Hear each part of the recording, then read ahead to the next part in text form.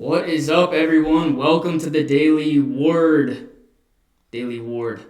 I'm still learning how to say it right. The Daily Ward. The Daily Ward. I'm training myself how to say that properly. And the daily word of the day is climate change. So the name of the show is The Daily Ward. I'm your host, Peter Ward. I'm named after the show. And how this show works is I come on here live for 5 to 10 minutes, Monday through Thursday, and I'm going to front load our live show Sunday with a little bit of information. The daily word today is climate. Actually, it's the weekly word. It's the word of the week. So climate change is going to be our topic of discussion on Sunday morning's broadcast, live broadcast. So Monday through Thursday, I front load Sunday's show. If you're on YouTube, if you see this on YouTube or you're on Twitch, ask questions. That's how things work here. Ask questions throughout the week or come onto the live broadcast and ask questions during the live show. It's a live show because we want engagement and interaction, and we're going to be having conversations about challenging topics. These topics don't have not very easily solved, and the solutions are going to take massive effort. For example, our topic last week was modern monetary theory, and that's an economics topic of discussion. So we range from a very broad scope of subject areas on the show, and that's what it's all about. So the Daily Ward is coming on daily, and we'll have a different daily word. And today's word is climate. And climate change specifically. So we've been led to believe through alarmists that, the earth is going to end very soon. And the facts they're just not there for the argument that a lot of people are making now. I'm a millennial. I grew up with this climate change argument for a very long time. Most of my life, the climate change argument has been in effect. And most of it is more about control, government control. As a matter of fact, if you're hearing climate change out of politicians or environmentalists' mouths, they are vying for more government intervention. Not necessarily regulation, but regulation is a part of it. More government intervention, more spending on renewable sources of energy. And it's a problem because they have a whole class of society hypnotized around the idea that human beings are contributing massively to climate change. Now, I'm a firm believer in the macrocosm, as so the microcosm, as above, so below. So, I'm not saying that climate change doesn't exist.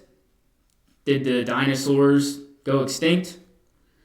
Yes, probably from a change in the climate, a change in the environment, change in the atmosphere. There's your argument for, does climate change exist? Yes. The answer is yes. Do human beings have a vast difference on whether the climate is getting warmer or colder? And the answer is yes. Probably. And over time, it would probably get a lot more exponential. But predictive modeling based on climates is very subjective to the input generator. So predictive modeling is basically a mathematics equation. A lot of predictive models just run regression and linear regression, and they look at it and they try to have all sorts of different inputs and change the inputs. And they basically come up with a number that's really arbitrary because they can change the inputs and they can get an outcome to their model just by changing a few numbers around. So an example of predictive modeling is, anytime a hurricane happens. We're getting ready to go into hurricane season, predicting the hurricane's path. Its path of most or least resistance, really, is what they predict. And it's very difficult to get that right, even, 36 hours out of where the hurricane's going to be in 36 hours. So, we're getting pushed. We're getting pushed as a society to believe that climate change and government intervention is the correct way about going to fix any sort of climate change issues. The Green New Deal's come up a lot. There's been environmental accords and agreements that have all failed, and basically what it does is it pushes money into people's pockets. That's what it comes down to.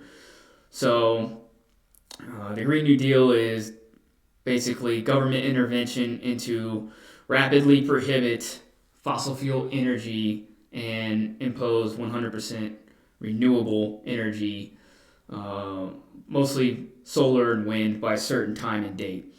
And I don't know if you've lived in the United States your whole life, but if you have any government intervention, I can't think of one time that the government intervenes on something and it actually worked out better for society.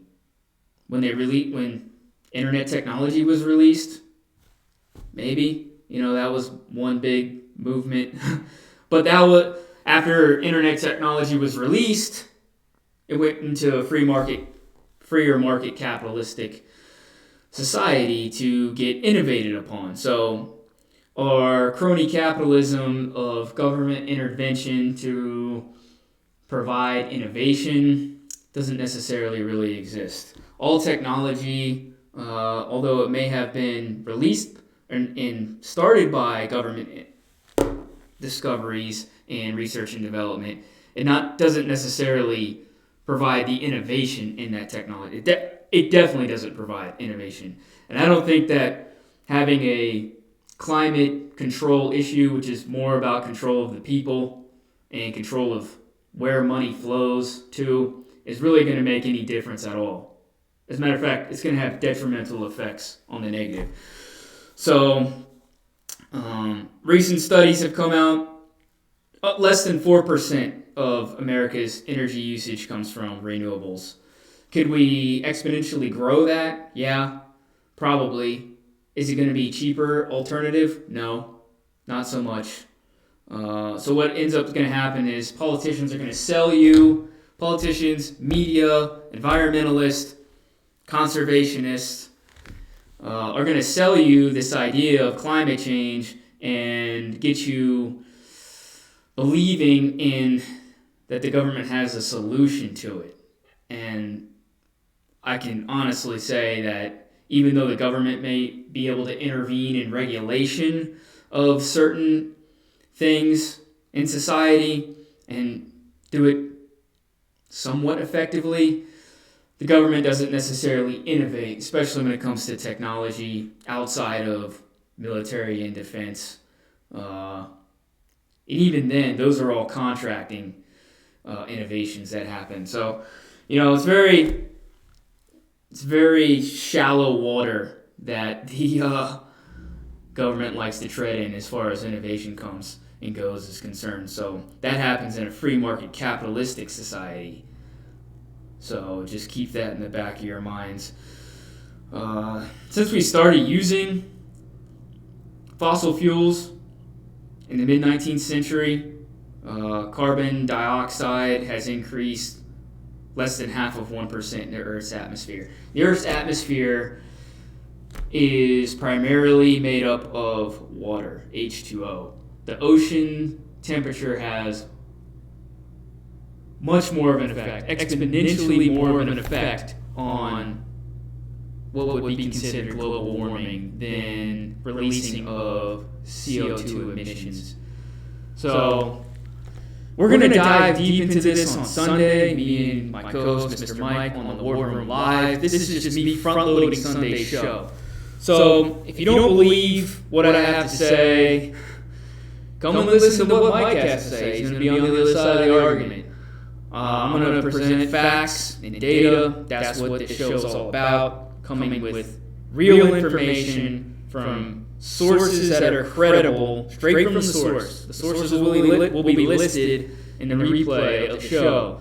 So show up, post a question in this comment section of this video, post a question on the live chat Sunday morning, and I hope to see you all there. That's the word today, and that's all I got from the Daily Ward. I'll see you all next time. Thanks.